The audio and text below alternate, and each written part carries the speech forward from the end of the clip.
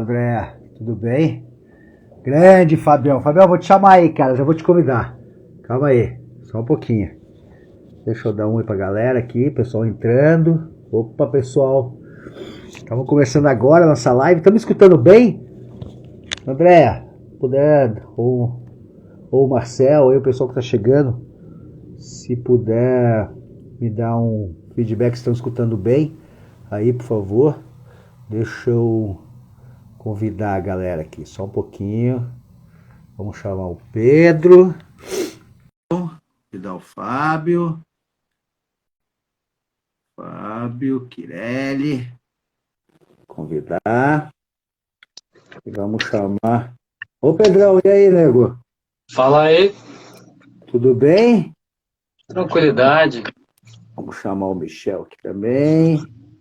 Convidar. Deixa eu baixar um pouco minha câmera aqui que tá. Tá, a luz tá boa aí, o áudio e a luz estão boas, Pedro? Infelizmente eu consigo te ver, né? Pedro Bananinha agora. Se amarrou, né? Olha, mano, não precisa nem mais levar rango, é só comer banana agora. Pô, cara. Realização de um sonho de expedicionário. Aham, total. Cara, bem, oi Lia, tudo bem? Seja bem-vindo aí. Pessoal que tá entrando, Rafa, que você tá chegando aí, Rafa, dá um ok, vê se tá escutando, vocês estão escutando bem aí, se a luz tá boa também, se não tá ruim. Você viu se a Sara entrou ali, Fabio? Entrou. Oi, Pedro, entrou? A Sara tá aí. Tá. Até ia falar contigo, cara, se de repente, falar com a Sara, na verdade, se ela puder anotar as perguntas, cara, que acho que da outra vez a gente acabou ficando meio solto. Ela sempre me manda a print das perguntas. Eu vou falando com ela pelo WhatsApp aqui. Deixa eu botar aqui a Sara já. Acho que é você que não conseguiu multitarefar aí, talvez. Ô, mano, você tá me tirando pra Loki. Ó, o Fábio já tá com a camisa certa, camisa na régua aí, ó. Olá, É nóis. Que Porra. massa. Que massa. Deixa eu ver uma coisinha aqui se eu consigo ver. Ah, dá pra ver a galera que tá assistindo. Ah, que massa. O Gabriel tá na área. Rafa Gadu. Marcos. Não, legal. Falta grande estrela, pô. Cara, então, deixa eu falar com a Sara aqui, ó. Vamos fazer o esquema. O esquema das perguntas. A Carol tá lá na sala empacotando tirando as caixinhas da VAP, não sei o quê, montando os kits de comida. Eu comprei 2 caixas pra gente poder levar, pra ficar mais fácil. E daqui 2 semanas estamos na água, hein, rapaziada? Meu Deus do céu. Pede pra ligar pro Michel lá, pô. Eu tô. Deixa eu ver aqui. Michel Coelho, deixa eu convidar de novo ele aqui. Convidamos. Olha o quadro do Pink Floyd atrás do Fábio, velho. O bicho tá brabo, hein? Pois é. Eu tô num espaço sensacional aqui, depois eu falo disso. Chegou nossa estrela aí, pô. Oh, E aí, galera? Massa. Grande, Michel. E aí? Deixa eu fazer uma gambiarra aqui pra poder botar o telefone mais alto. Tá. Pô, Não, logo faz você, cara, fazendo gambiarra, bicho. Cara, cinema é gambiarra. Cinema, Não, mas audiovisual é gambiarra. Você devia estar aparecendo em Full HD aí pra gente, cara. Que isso? Em 3D. Tá certo. Legal. Tem uma galera entrando aí, legal. O pessoal entrando em massa aí. Acho que...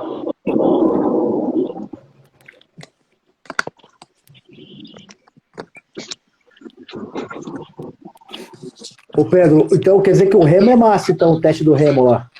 Cara, o remo lá do Parse é bom pra caramba, bicho. Muito bom mesmo.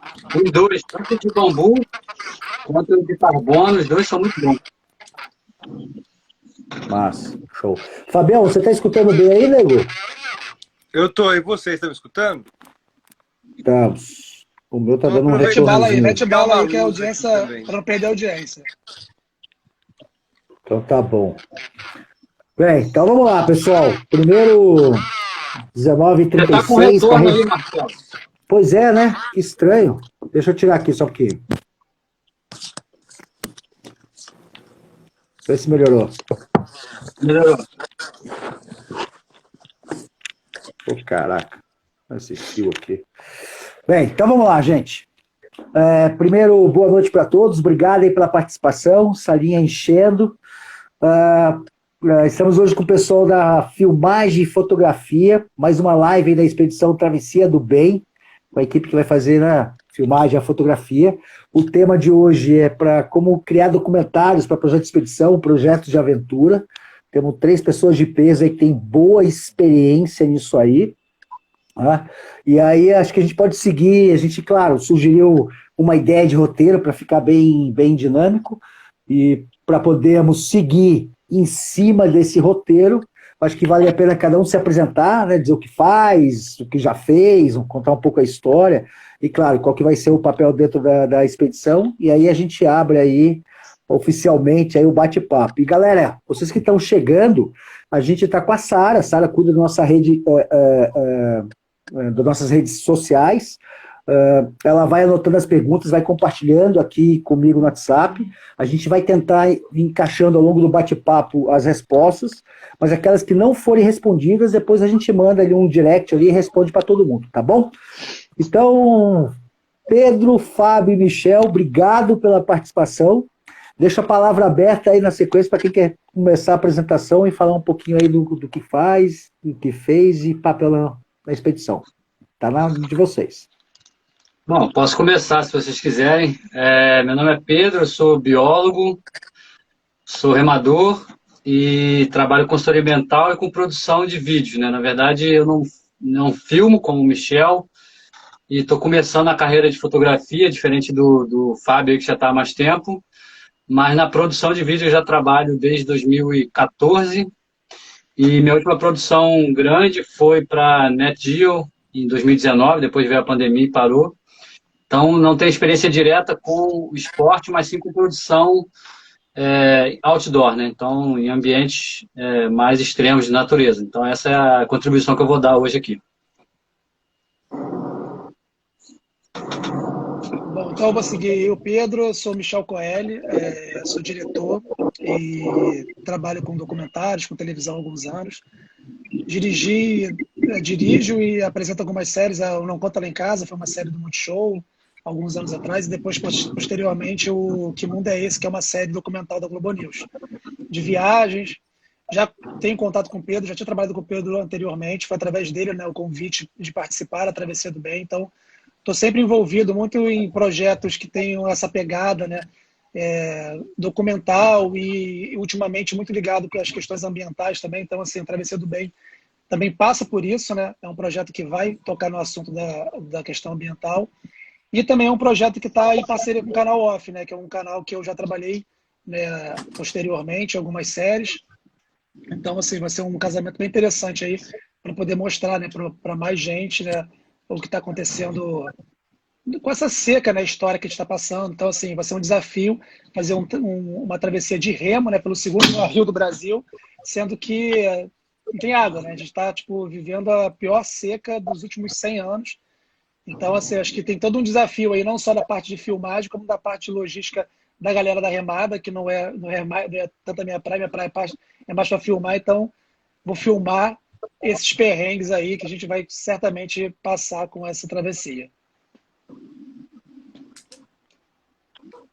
Bom, e no sentido anti-horário, né, sou eu, Fábio Quirelli, fotógrafo, sou montanhista e sou fotógrafo, até o Pedro falou mais tempo, nem tanto tempo, Pedro, eu tô desde 2017 que eu comecei e comecei já com esporte por morar na Serra da Mantiqueira, que é uma região que tem um movimento de mountain bike muito forte, de escalada muito forte.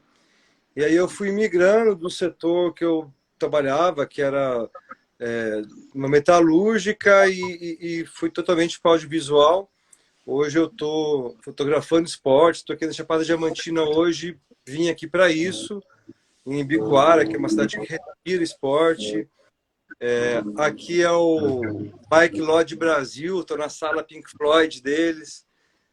Obrigado por ceder aí, Yuri, a sala. E estou nessa pegada para fazer os registros fotográficos, para contribuir com a minha experiência como montanhista, como canoísta, e trazer em registros para vocês o que vai ser essa aventura e o produto de tudo isso, né? A gente vai enfrentar um rio seco como a gente não tem notícias dele antes. Então a gente vai investigar essas causas e saber como passar por isso, né? Show. Cara, o legal é assim, né, moçada, assim, comentando, né, cada um tem uma característica. O legal de você montar uma equipe que tem 3 perspectivas, tanto da fotografia com a parte de imagem, tanto com a fotografia com a parte de filmagem, é que cria uma perspectiva super rica aí na questão de olhar. Né? Porque, pô, o Pedro tem um jeito de olhar, o Michel tem outro jeito de olhar, e o Fábio. E aí, quando você começa a ter esse material um pouco mais finalizado, você percebe o quanto rico é ter mais de um fotógrafo em um projeto do que ter somente um. Às vezes a galera fica assim, não, contrata só um fotógrafo. Não, moçada, pega mais gente que a tua perspectiva fica muito mais rica. Então, pô, é uma honra, Michel, poder, né, estar contigo, com o Pedro, com o Fabião. 3 experiências aí que eu acho que vai agregar bastante. Bem, para a gente não fugir muito aí, vamos abrir, porque eu sei que vou fazer aqui um spoiler aí. Michel, você que está com a agenda corrida e está preparando um doc que deve estar saindo. Quando que sai o doc? Não vou falar qual é, né, Michel? Mas quando que deve sair o doc aí que você está no corre aí, cara? Eu tô fazendo um filme sobre o desastre do Pantanal, né? Que eu tenho acompanhado desde o ano passado. Vai sair ano que vem. Ano que vem é 2022, um ano quente em todos os sentidos, então é um doc para o ano que vem. Estamos em processo aí de caminhando para o final dele. Então eu sei que a agenda do cara também está corrida com isso aí. Bem, seguindo a nossa lógica, né, de como criar realmente filmes documentários para expedição, projetos de aventura, a gente separou algumas perguntas aqui para vocês, pessoal, para vocês terem uma ideia. E acho que a primeira que pode ser feita é o seguinte, ó.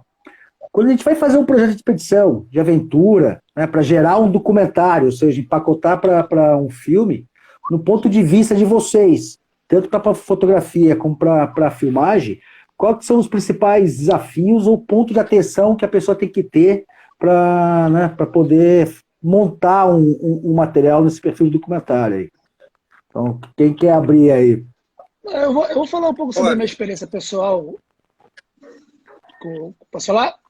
Sobre isso, claro, assim, é que eu acho que assim, não tem muito para mim, não funciona muito como uma regra. Assim, o próprio caso do Pantanal foi isso. Quando eu fui para o Pantanal, eu fui por uma vontade genuína de querer estar lá e querer estar ver de perto o que estava acontecendo. De alguma forma, assim, eu me envolvi muito com a questão do Pantanal, até de uma forma um pouco meio voluntária, apesar de estar documentando. Então, no momento que eu estava lá filmando e vivenciando aquilo tudo, que eu fui buscando assim caminhos para o que eu queria fazer. Então foi uma coisa muito na construção lá durante o processo de filmagem. Obviamente, quando eu passo, por exemplo, as séries da Globo News, né, e outras séries documentais que eu já fiz para televisão, a gente já sai daqui com as coisas um pouco mais amarradas, né? Então a gente coloca pontos interessantes que a gente quer tocar no assunto, falar sobre, mas a gente sempre vai muito aberto também para as possibilidades que acontecem no meio de uma filmagem, né? Então, assim, você é surpreendido por muitas coisas quando você está filmando, não só no documental, na ficção também isso acontece. Então, eu acho que cada vez mais as pessoas estão tentando se abrir mais a essas possibilidades do que a realidade traz, né? É até uma coisa muito comum falar que a ficção tem superado, né, que a realidade tem superado a ficção no sentido de roteiro, assim, porque é isso, né? A vida real, acho que ela é mais bonita do que a ficção. Então, ela traz muitos elementos. Então, eu acho que é sempre estar com um olhar atento, sabe? Ser curioso mesmo, ter vontade de ouvir as histórias e curiosidade pelas histórias. Então, acho que está aberto isso é uma coisa para mim muito importante. E aí, cada projeto, ele desenha de uma forma, né? No nosso caso, a gente tem que ter um desenho, né, de roteiro muito bem definido, de roteiro de viagem, mas o roteiro mesmo, narrativo, ele vai se construir muito ao longo da viagem. A gente tem alguns pontos que a gente quer colocar, mas a gente não sabe se a gente vai encontrar um desafio de uma área seca, completamente seca. A gente vai ter que talvez atravessar as canoas carregando elas no ombro, sabe? Tudo. Então, assim, são elementos que vão surgindo ao longo da viagem. Então, assim, acho que estar aberto às possibilidades é uma coisa super importante. Entendi, show.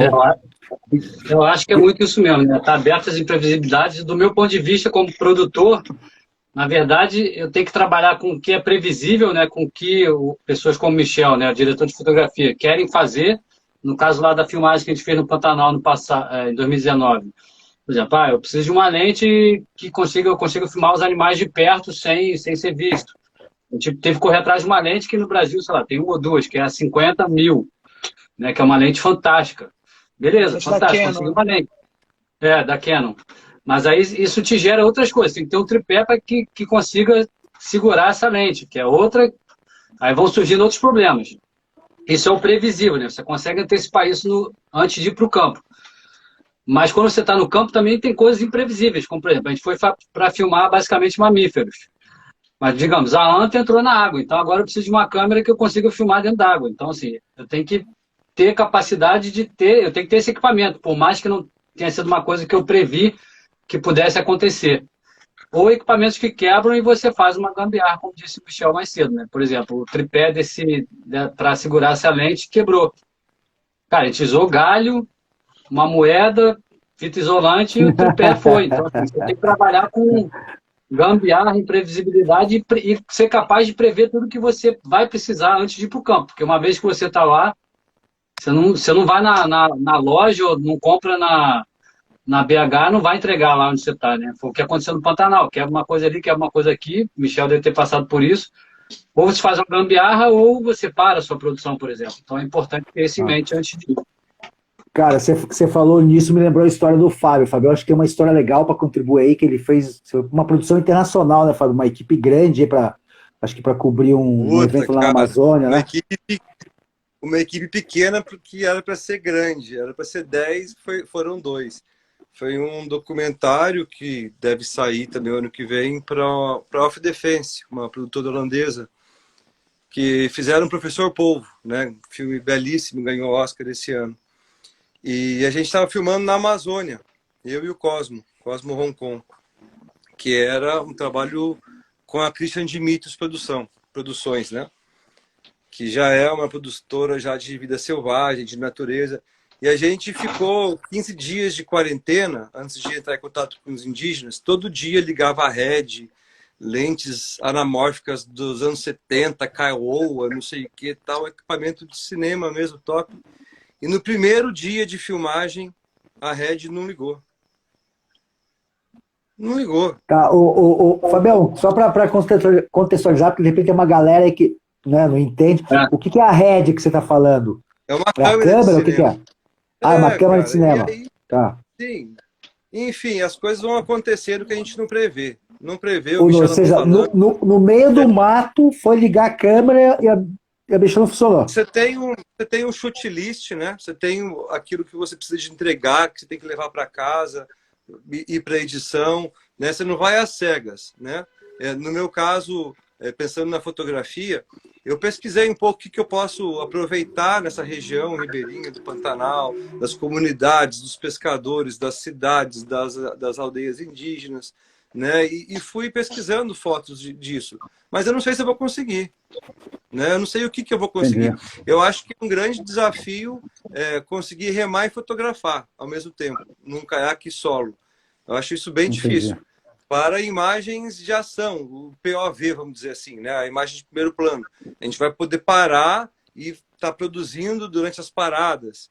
Então, eu deixo várias possibilidades, só que na hora, velho, na hora sempre muda.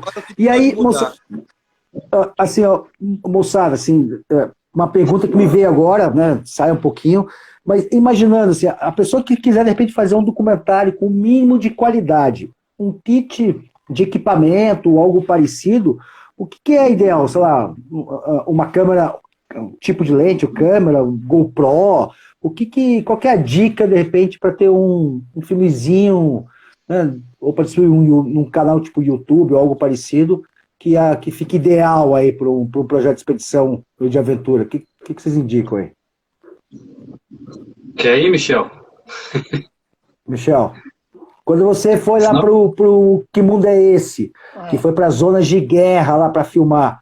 Como que é esse kit de equipamento que tem que te dar muita mobilidade ali? O que tem mais ou menos cara, nele aí? isso depende muito de cada projeto, né? Se você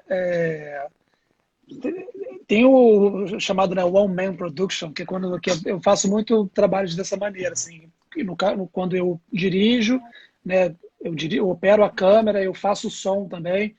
Então, assim, depende muito de cada projeto. Quanto mais compacto você tiver, melhor pela questão, né, da agilidade que você vai ter. Então, até falando, por exemplo, do próprio caso do Pantanal, assim, teve uma operação que eu participei com um helicóptero das Forças Armadas e tal, que foi um resgate de um animal, que se eu tivesse com uma equipe maior, com um técnico de som e mais gente, eu talvez não teria conseguido entrar, porque não tinha uma vaga no helicóptero. Na verdade, que assim, abriram uma exceção para mim, porque eu estava no meio do lugar, os caras ficaram com pena de me deixar sozinho para trás e falaram assim: tá, vem com a gente. Eles deram um jeito de me botar na aeronave. Então, assim, eu levo comigo. Hoje em dia, você tem as câmeras que são super compactas e tem, né, baterias que duram por horas e você tem uma qualidade muito boa, que é o caso das Sony FS5, né, a FS6 é uma câmera nova, até as um pouco menores. Eu normalmente tenho usado muito nos últimos anos essas câmeras, né, a Sony. A Red agora está com uma nova, que é a Red Komodo, que é uma Red super compacta também. Apesar da Red ser uma câmera que demanda um pouco mais de estrutura quando você pensa em áudio, sabe? Então, quando a gente faz documentário, a gente precisa muito de áudio também.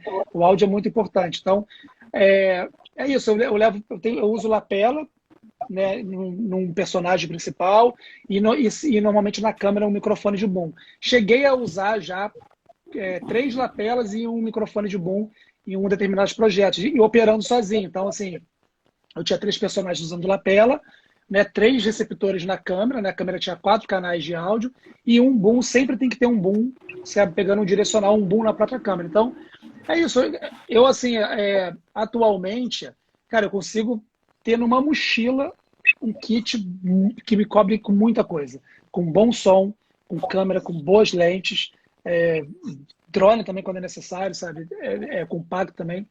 Então, assim, tudo depende, né, de cada trabalho. Mas, no geral, assim, cara, a tecnologia favoreceu muito isso. Então, assim, você consegue ter uma estrutura bem enxuta, de equipamento de captação, né? Obviamente, você vai trabalhar num projeto que demanda mais, tem que ter iluminação, aí você acaba tendo que levar coisas um pouco maiores. Mas até na iluminação, eu comprei uns 2 anos atrás um LED que é, cara, desse tamanho, e ele é uma potência, assim, inacreditável, assim, ele ilumina com muita força. Então, eu gosto muito de trabalhar com luz natural, então, assim, eu quase não uso luz, assim, em projetos documentais, mas às vezes é necessário. Então, às vezes, dependendo, estou num breu, alguma coisa noturna, eu quero dar uma luz mais dramática, eu trabalho com LED. Eu nunca gosto de trabalhar com LED preso na câmera, isso eu não uso em hipótese alguma, porque fica parecendo... Sim, lanterna, focal. Não, assim, não criticando o jornalismo, acho que parecendo jornalismo, quando você tem uma... Então, normalmente, se eu estou usando isso, eu pego ele esse na minha mão. interrogatório. Exatamente. Eu pego ele na minha mão e trabalho. Então, assim, eu já trabalhei com headlamp, assim, já gravei coisa com headlamp na cabeça ligado e eu com a câmera filmando, movimentando junto com o headlamp. Porque é isso, quando você tem uma luz que não está presa na câmera, essa luz ela faz movimentos dramáticos, né? Você passa a cabeça na hora numa coisa, a câmera vê, depois sai e vai para o escuro. Se você está preso com uma luz na câmera, a câmera está sempre vendo a coisa iluminada. E quando você está num ambiente escuro, às vezes o breu faz parte ali O, para dar uma dramaturgia maior. Então é isso, assim. Então você tem uma lista infinita assim, de equipamento. Mas uma coisa super É. importante é a preocupação com o áudio. Eu me preocupo muito com o áudio. Então, às vezes eu vejo que isso é um erro muito grande. Quem está começando a fazer documental, trabalhando muito com isso, se preocupa muito com imagem.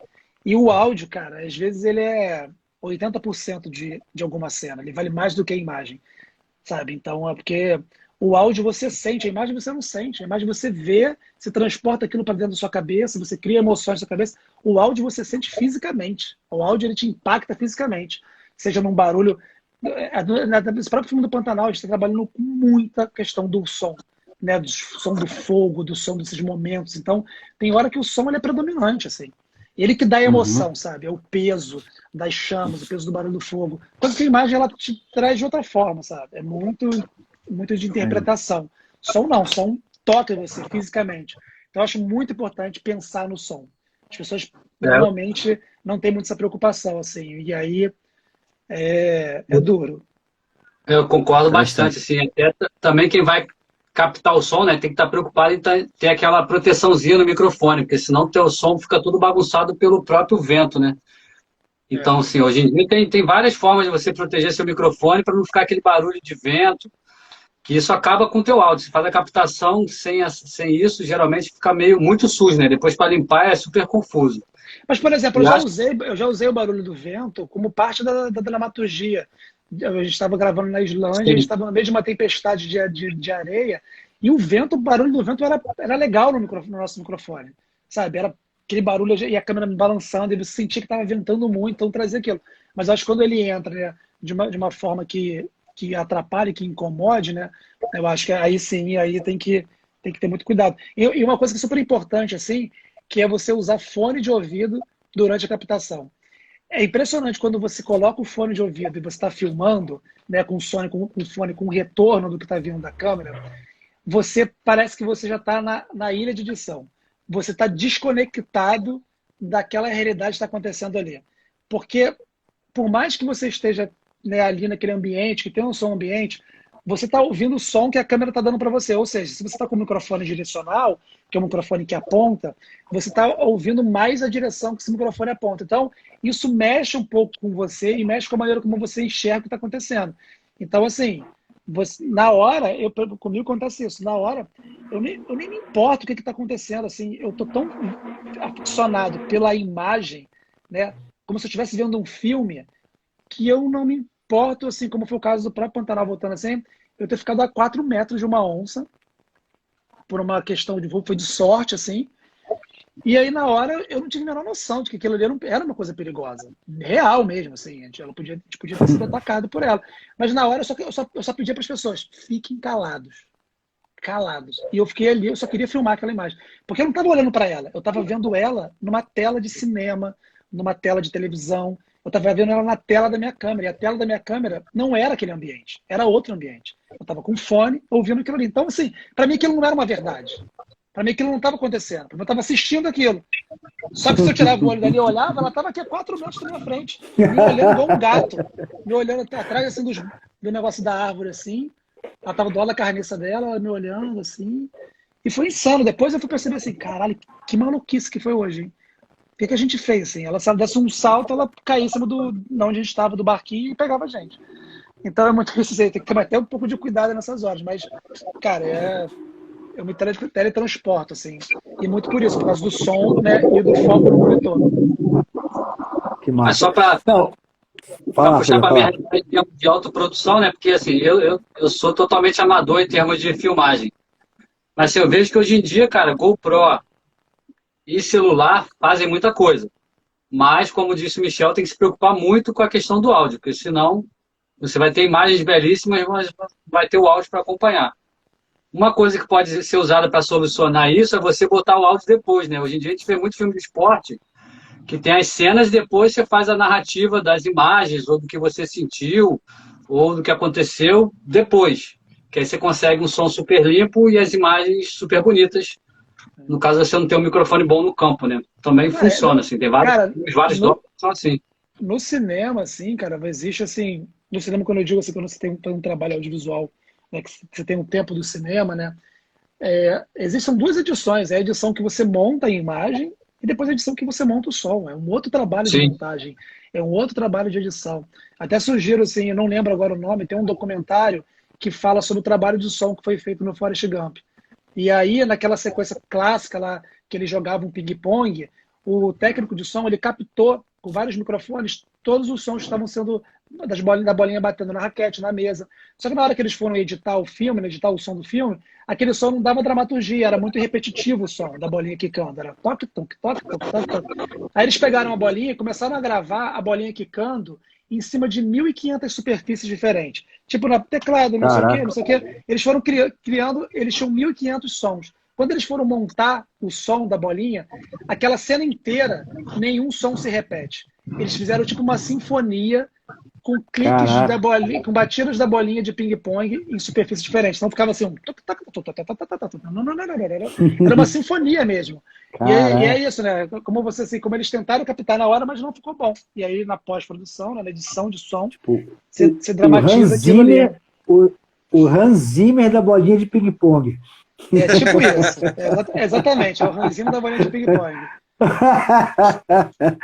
Que massa, que massa. Não, você sabe que você puxou até um tema que é interessante ali, né, que fala justamente assim, pô, por mais que de repente você tenha um planejamento, tenha um roteiro, como o projeto é um projeto vivo, e aí eu não sou da área de vocês, e você falou uma coisa que para mim faz bastante sentido, né? Pô, se eu for filmar e botar um fone de ouvido, você praticamente faz a imersão naquela cena que você está vendo por meio da câmera, e é claro que a tua percepção da realidade muda, e de repente você sai dali com uma cena que determina toda a construção de um roteiro, né, de uma narrativa, ou marca dentro daquele documentário um ponto que fica muito importante na história. Né? E a pergunta aí que vem em cima dessa brincadeira, quando você pensa no documentário, em teoria você tem um roteiro e você tem esse planejamento, mas como que fica assim? Você sai captando tudo que você imagina que você acha que é importante. Por exemplo, eu sei que o Fabião faz foto de fotografia de esporte, né? Então tem que ter várias imagens, de repente, para ter uma que é relevante. Mas segue assim, vamos dizer assim, quase que cartesiano um planejamento, ou vai no feeling de cada um do que é legal de captar, o que não é legal de captar? Como que funciona essa lógica aí para vocês aí? Eu fotografo tudo. Eu fotografo muito. Eu vou no volume, vou no teste e realmente depois eu tenho muito trabalho na edição para separar tudo, mas eu acabo indo para o lado do excesso até um pouco para tentar garantir, né? Depois que está garantido, aí eu continuo tentando ainda de novo, mas eu tento bastante. É um viva fotografia digital, né? Que você pode tirar quantas fotos você quiser e não tem problema, não precisa trocar o rolo. Eu sou como o Fábio, assim, eu fiz uns campeonatos de canoa polinésia agora recentemente, mas assim, eu fui e comecei a dar uma lapidada, assim, eu acho. No primeiro que eu fiz, eu tirei 4.200 fotos. E aí você vê que, putz, cara, é uma trabalheira danada depois para escolher. No último eu fiz 3.500, mas já, assim, muitas parecidas porque eu estava buscando uma imagem específica. Então, acho que talvez isso aconteça, talvez, com o Michel, talvez, assim. Por mais que ele esteja aberto a várias coisas, ele tem algumas ideias do que ele precisa para aquele roteiro. No meu caso, para o tipo de foto que eu quero, mas para o Michel, talvez para a mensagem que ele queira com aquele vídeo, não sei. Cara, eu assim, como eu falei, depende muito do projeto, sabe? Tem alguns projetos que eu vou muito no feeling, assim mesmo. E aí eu não consigo nem te explicar, assim, que na hora é o que eu quero assistir. É muito isso para mim, assim, esse olhar da curiosidade, né? Essa coisa de se interessar pelo assunto. E acaba que você vai sendo guiado pelo que está acontecendo, né? Óbvio, e assim, eu gosto também de propor algumas coisas, tenho cada vez mais tentado fazer isso, por mais que seja coisa documental, então eu tento propor, que algumas coisas aconteçam, assim. Até assim, falando um pouco do filme do Pantanal, tem uma cena no filme que assim, parece uma cena de guerra, assim, uma coisa apoteótica, que são os bombeiros no combate ao fogo, né? E aí tem um avião que passa, assim, é uma coisa inacreditável. Assim, eu consegui uma coisa ali que foi uma façanha, consegui contar com um drone, assim, o avião passou por cima de mim, assim, foi muito próximo, e passou, e tem um cara no meio, assim, só que quando, depois, eu tinha até esquecido isso, a minha assistente trabalhou comigo, estava na edição, mexendo no material e vendo o bruto no material, ela lembrou que eu cheguei para os caras, e comecei a falar para os caras, meu irmão, entra aí, vai para dentro do fogo, eu quero filmar vocês com o avião passando. Então, eu estava interferindo naquela realidade. Não existe realidade em documentário, em nada. Em nada. A história que você conta é a história que você quer contar. Tá? Você pode, sim, ser muito honesto ao que estava acontecendo ali, ou você pode imprimir. Mas, de uma forma ou de outra, você está imprimindo a sua realidade. Então, não tem verdade. E aí foi muito isso, assim, eu gosto de propor isso, às vezes, dentro do documental. Então, eu fiz isso, e foi perfeito, porque tá o cara na cena, o avião passa, ele manda a mão pro avião, o avião passa e joga água, ele tá no meio daquele contexto. Só que ele só entrou porque eu falei para ele. Porque eu vi assim, que esse avião vai passar aqui, não vai ter ninguém ali. Não vai ficar tão bom, tão forte quanto. E você fala para ele, entra e vai lá pro meio do mato, tal, e começou a entrar no meio do mato, eu indo atrás dele.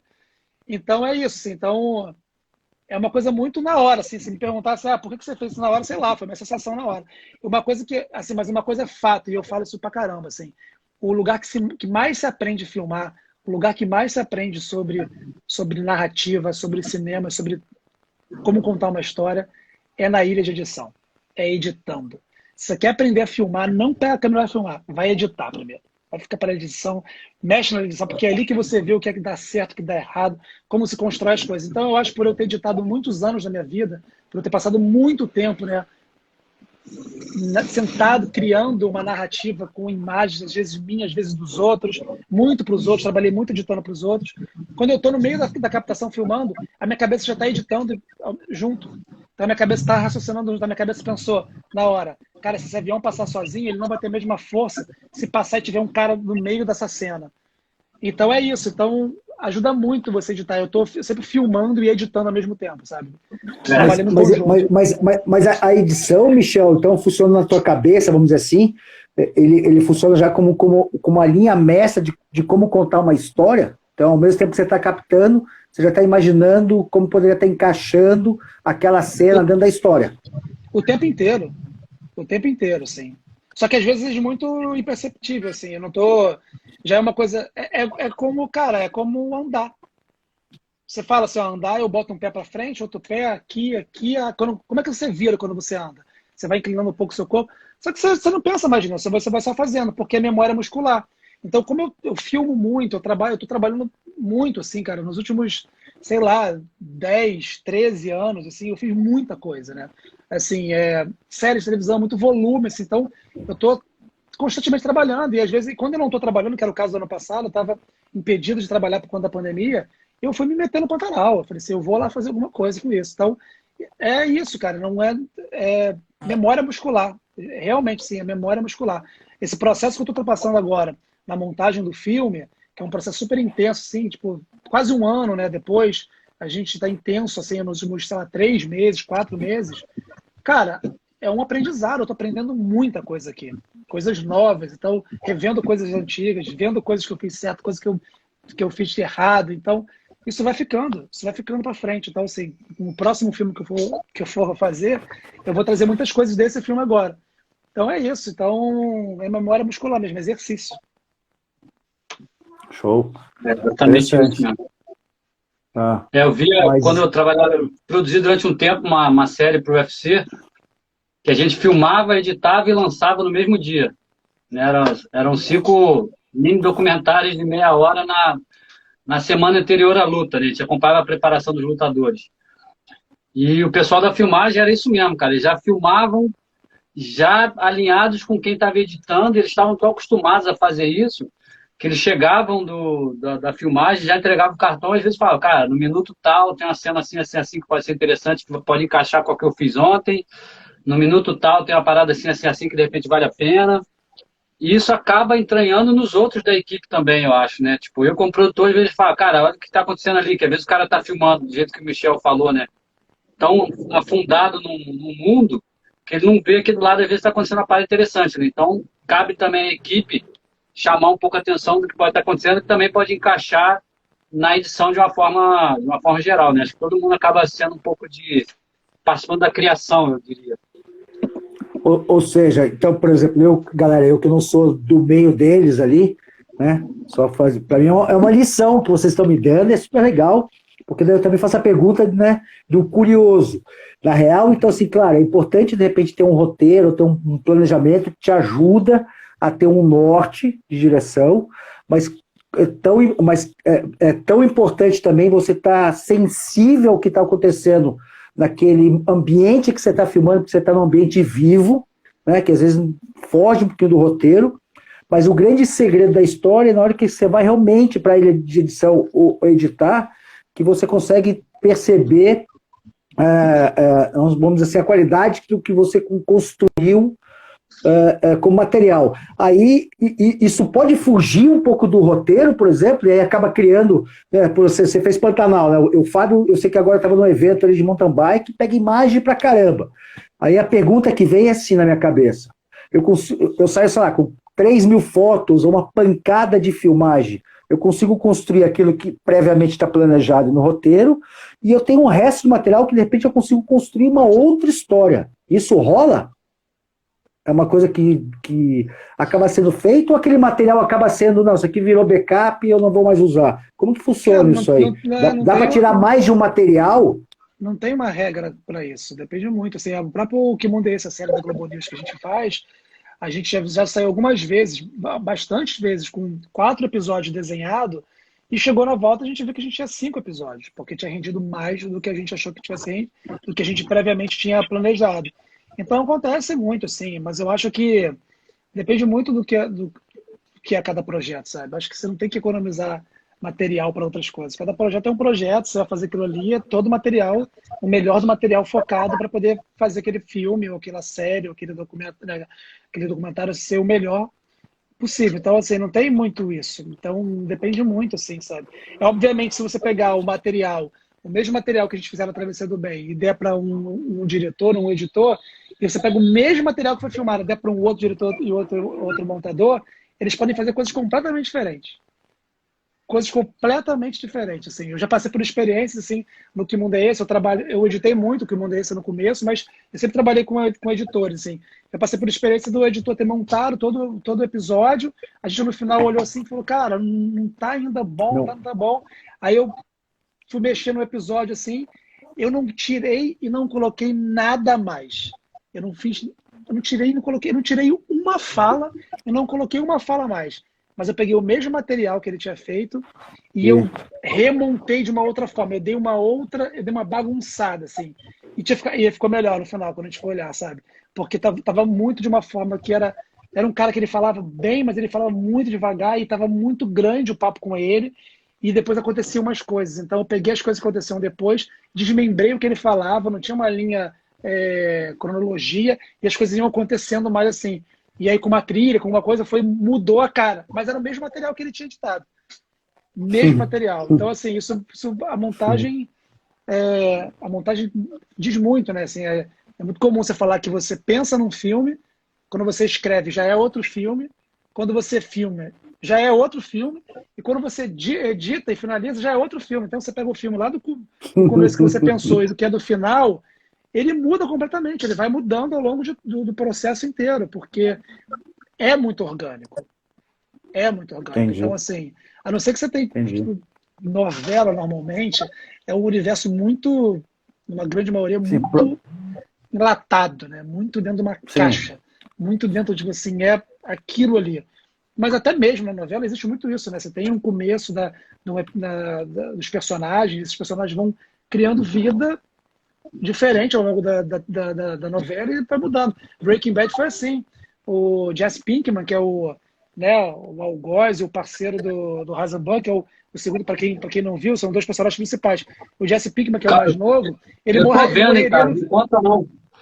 Então, ele na ideia do roteirista, não vou contar não, mas na ideia do roteiro inicial, ele morreria na primeira temporada. No final da primeira temporada, o personagem dele morria, porque não tinha tanta importância. Só que o personagem ficou tão bom, ele ganhou a verdade que ele virou, tipo assim, ele é o coadjuvante junto com o Heisenberg. Os dois são coadjuvantes, os dois são protagonistas, sabe? Ele nem é coadjuvante, ele é protagonista também. E é isso. Então, o cara ganhou vida, deu vida ao personagem. Então, essas coisas acontecem constantemente. Que legal. Essa coisa que você fala que o filme, quando você pensa é uma coisa e quando você libera o filme, né, para o público é outra, é muito engraçado, né? Apesar de eu não filmar, quando a gente recebe a equipe aqui no Brasil, né, para ajudar nas filmagens, geralmente eu sempre pergunto, né, como é que é a ideia, para poder, de repente, propor locais de filmagem ou coisas desse tipo, porque às vezes é a coisa mais aberta um pouco, né, quando é documentário. E aí, às vezes, o diretor me conta, não, vai ser assim, assado, vai ser sobre isso, sobre aquilo, beleza. Cara, na hora que eu vou assistir, eu falo, pô, mas não tem nada do que o cara falou aqui, ou, tipo, tem muito pouco, né? Então, na realidade, a história muda totalmente de acordo com o que vai acontecendo, por mais que você tenha essa linha guia aí, que seria o roteiro. Entendi. Fabião, Com a tu com essa também, né, experiência. Fábio? Isso que eu ia perguntar com essa experiência da galera internacional ali. Duas perguntas, né, Fábio? Saber, tipo, o teu material que você captou vai para os caras, aí o que os caras editam e faz a história, ou você participa, né? Essa pergunta. E se já também já trabalhou nessa área, dessa parte de edição aí. Qual que é a experiência, Fabião? Nesse trabalho em específico que você se refere, a gente tinha um shoot list, né, para entregar. O Cosmo era o cinegrafista, eu estava ali fazendo toda a assistência e luz e áudio e tudo mais que precisasse. E um quarto do filme é feito no Brasil, o restante é feito fora. Então, tinha coisas que a gente descobria um pouco antes de fazer. Eu tive a sensação que a ideia era que a gente soubesse o mínimo possível, né? Entendi. Mas realmente não existe uma receita. Eu tive no Pantanal, vi vocês falando, eu tive também o ano passado, e estava engraçado, eu, o Christian e o Cosmo, os três que estavam nesse projeto da Amazônia. E filmando com a Cine 20, com o Red, com o tripé pesado, aquelas cenas difíceis de bicho, de morte, de destruição, parecia um pós-guerra. Nesse caso, a gente não tinha uma narrativa humana, né? Porque vida selvagem, então a preocupação com áudio ali não é tão grande, no Pantanal. Já no caso do nosso documentário, né, da nossa série, eu fico preocupado porque eu estou acostumado a ficar sempre atrás da câmera e eu vou ficar fugindo do Michel.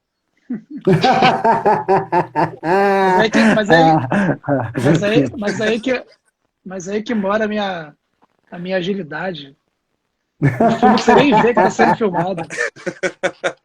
Michel Ninja, cara. O apelido dele no Rio é Ninja. Michel Ninja, Michel Ninja. Quando você vê, você já está com essa carinha lá na tela. Eu já estou curioso para saber como que vai estar na sala de edição, nossas imagens, nosso filme.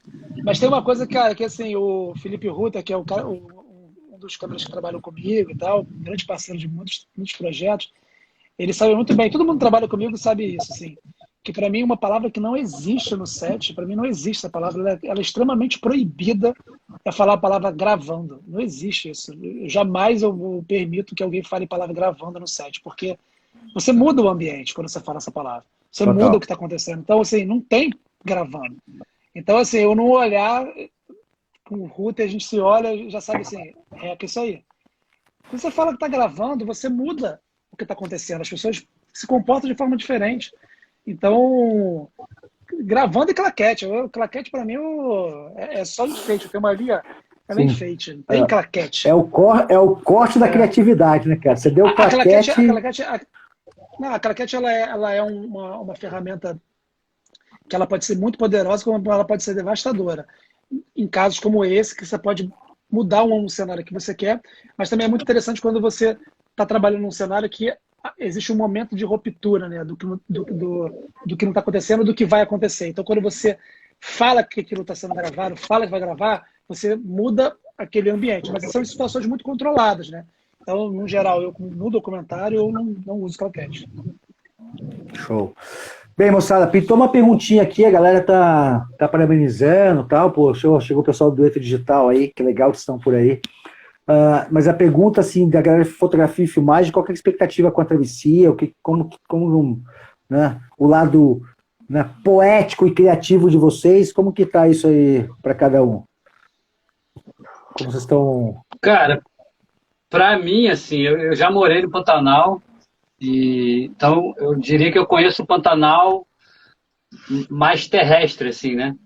Eu conheci um pouco do Pantanal também do ponto de vista de dentro do Rio virado para a margem, que é super interessante. Então, acho que estar dentro do Rio te proporciona uma outra visão, né? Uma outra realidade, né? Mais incomum você estar ali dentro do Rio olhando para a margem.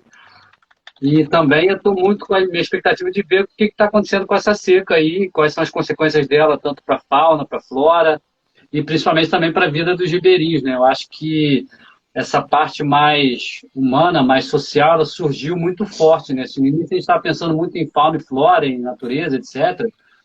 Essa Uhum. parte com a Seika, ela se tornou muito atraente em termos de fotografia, em termos de filmagem e em termos de conhecimento mesmo, né? De a gente ter acesso a esse tipo de dificuldade que a gente não imagina aqui morando na cidade, né?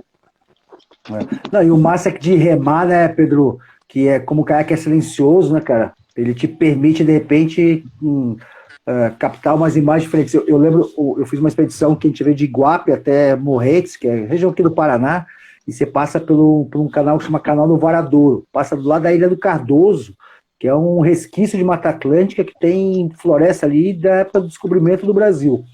E o silêncio do caiaque, cara, o que a gente viu, sei lá, mais de 40 botos do lado do caiaque, tartaruga, rodo, então você consegue ter uma percepção da vida ambiente ali muito legal, velho. E Sim. eu acho que isso aqui vai ter uma boa oportunidade. Fabel, É, tu que tá hoje uma.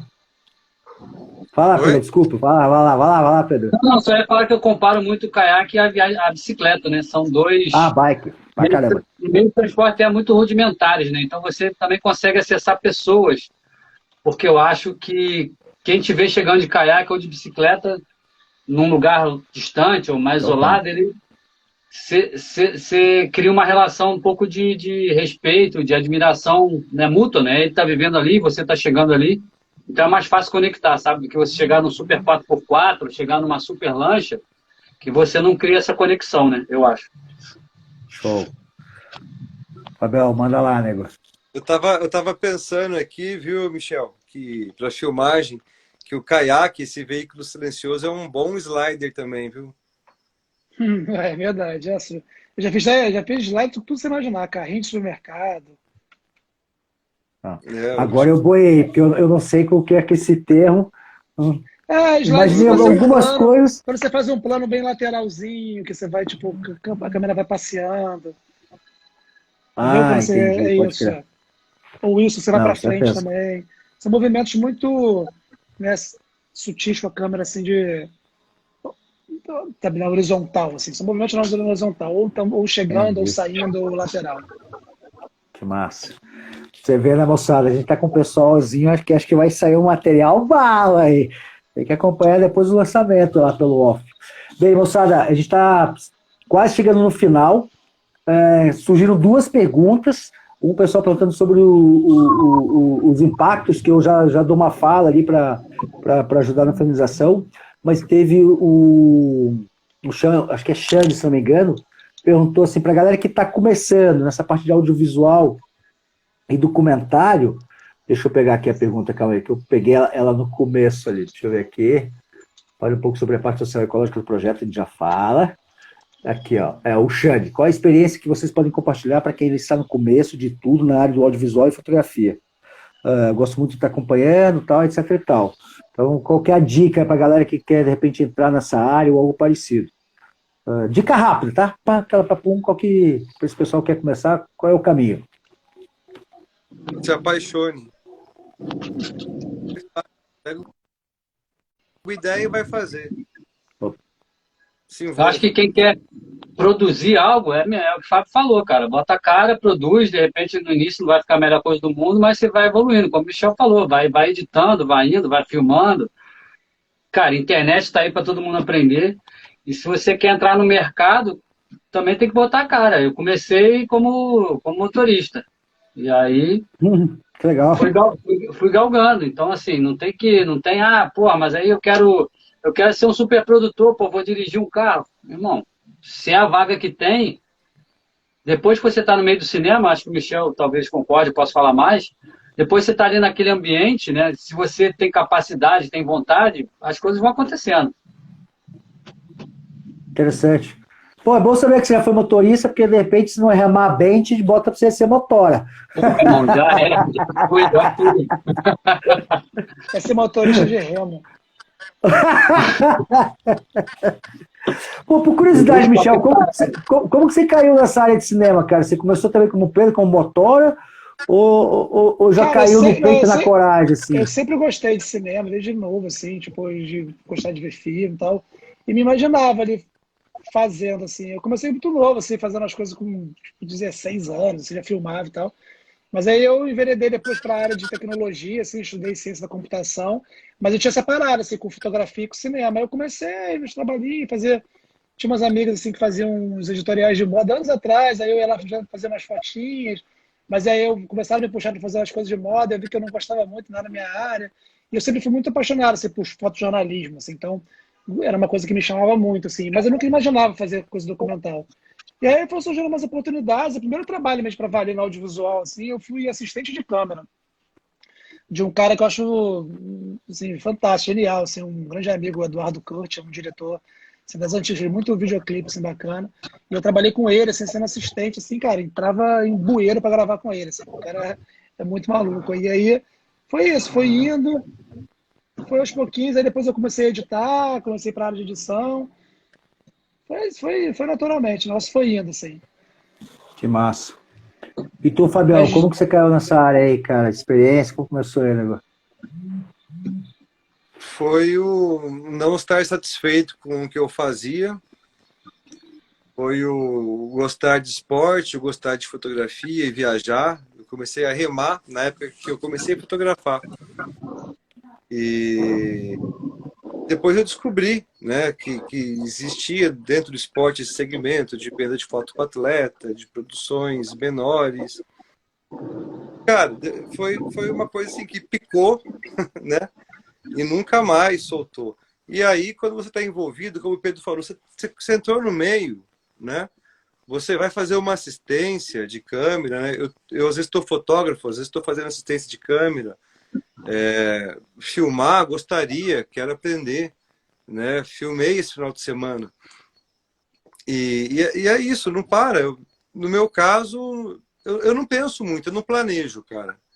Entendi, Eu vai, acho vai que rodando. eu acho que eu tenho muita sorte, algum talento com as pessoas, as oportunidades sempre aparecem onde eu tô ali, vão cruzando e a gente vai dando passos, né? E não sei onde que a gente está indo, mas como dizia o Raul Seixas, né? Não sei onde eu estou indo, mas sei que eu estou no meu caminho. Boa.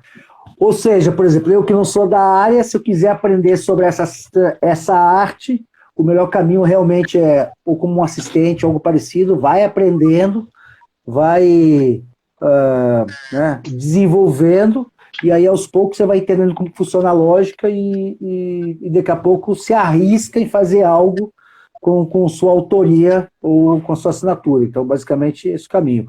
E claro, né, moçada, pô, tem cursos aí, hoje em dia, essa área do conhecimento, tanto de cinema e fotografia, tem muita gente boa, tem muito curso legal, sempre ajuda, uma base teórica, pelo menos para entender como funciona a lógica.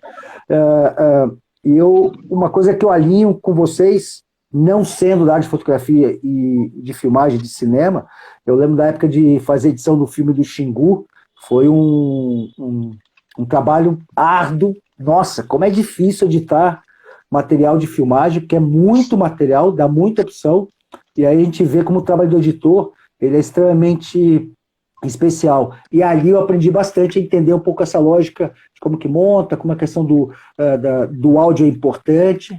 Então, quem quiser iniciar, acho que é um bom caminho, se puder acompanhar uma edição de filmagem ou parecido, você já vai entender bastante a lógica aí, tá?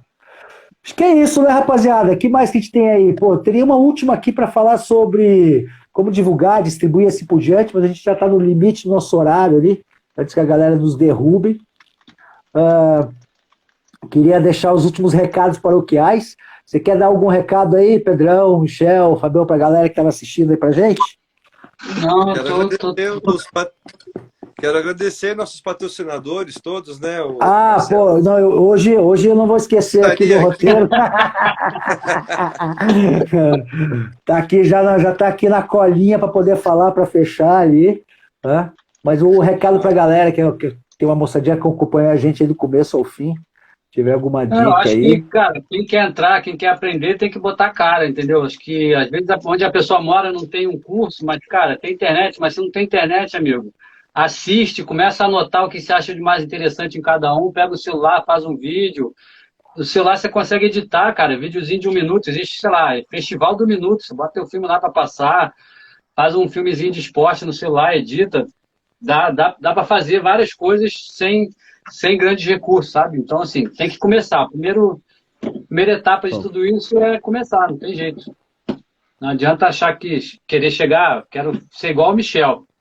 Mas, cara, se você não começar a fotografar com o teu celular, quero fotografar esporte igual o Fábio. Começa, cara. Passa alguém de bicicleta, vai testando os tipos de foto, filma, enfim. Bota a cara e faz acontecer. Show. Seu Coelho, e aí, seu Coelho?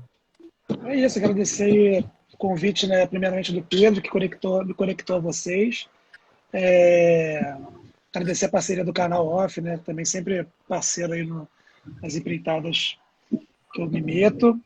E é isso, agora é arrumar as coisas para poder partir para a viagem, já tá em cima, né? Total. Fabião, manda lá o recado antes de eu falar dos finalmente. Não dos patrocinadores, né? Não. E nem fala mal de outras marcas também. Eu fico um pouco ansioso, eu tenho algumas coisas anotadas, mas eu acho que também às vezes some tudo da cabeça. Então eu convido vocês todos a acompanharem nosso dia a dia. A gente vai buscar dar flashbacks, assim, né, imagens no final do dia de como foi, alimentar nossas mídias. Vamos sentir com a gente como que vai ser isso aí. Tô muito ansioso para começar logo. Nem fale, cara. Assim, na verdade, o Fábio falou uma coisa que eu me lembrei que é interessante, cara. Porque eu vou escrever para os Tremos, o Michel vai colocar no off e o Fábio vai colocar na Gold Side. Então, assim, você pode acompanhar mídia escrita, mídia digital, texto, foto, que não vai faltar material e divulgação dessa expedição aí. E a gente vai tentar fazer umas lives e gravar uns vídeos lá ao longo da expedição, moçada. Então vai acompanhando aí no Insta que vai ter material. Bem, eu primeiro não poderia deixar de agradecer a presença de todos, né, cara? E é uma honra para mim. Para quem não sabe, pô, eu sou um cara que, assim como eu nem sabia, Michel, que você tinha feito ciência da computação, cara. Eu venho nessa área de tecnologia, de startup, né? Então, sou realmente o peixe fora d'água dessa turma. Cara, mas me sinto honrado ciência de computação. Eu falo direto assim, que tipo, não tem aprendizado em vão. Eu transporto várias coisas para mim da ciência da computação porque eu faço hoje em dia, mesmo assim. Não tem nada a ver com tecnologia. Então, sim, mas a lógica, né? Às vezes coisas lógicas, Total. Ajuda bastante. Então, assim, cara, eu tô super feliz. Daqui 2 semanas, moçada, dia 23 de setembro a gente entra na água. Dia 19 tá toda a turma reunida. E aí, a partir de 23 de setembro, são 30 dias de remada ali. Pro dueto digital que me perguntou sobre o impacto social e ambiental, eu vou depois mandar um direct para você ali, te mostro um pouquinho do material, porque o nosso tempo tá estourando. Então, galera, para aqueles que ficaram, obrigadíssimo pela presença. Próxima quinta-feira, a gente tem nossa última live, a gente vai falar com os patrocinadores do projeto, e aí a temática é justamente essa, você, tem um projeto de aventura, tem uma expedição, quer fazer um documentário, né, quer tentar empacotar uma coisa mais profissa, como que você conquista o coração do patrocinador, que é aquele que viabiliza sempre o projeto, porque, queira ou não queira, né, reunir um time como Fábio, Pedro, Michel, mais a equipe de remada, barco, toda uma estrutura para 30 dias. Ele é um projeto grande, é um projeto relativamente caro e é sempre complexo resolver a parte financeira, mas aí eu não poderia deixar de falar que a gente tem 2 empresas do bem que apostaram na gente, como é a Tilabras, lá da região do Rio Paraná, da região ali de Três Lagoas, ali, que é uma fazenda de tilápia, tem todo um comprometimento sustentável e ambiental, assim como a BTJ Aqua também, que é desse mercado também de tilápia, né, que é uma empresa familiar, só pessoas também do bem, uma empresa do bem. Então, Tilabras e BTJ, não poderia agradecer aí pelo apoio que vocês deram, acreditaram no nosso projeto, e a todos os apoiadores que foram nos ajudando, né? Curto, pessoal da Mitsubishi Motors aí, Brasil, que, né, vai emprestar um carro pra gente aí, pra expedição. Aí tem o pessoal da Carpedim, Pangea, tem uma galera. No nosso site a gente está sempre fazendo os agradecimentos ali. E tamo junto, moçada. 2 semanas na água, né? Junto com o Fabião e o Pedro. Pedrão treinando 30 quilômetros, vai puxar eu, Fábio e Juliano, biólogo, nosso biólogo tá aí na live assistindo.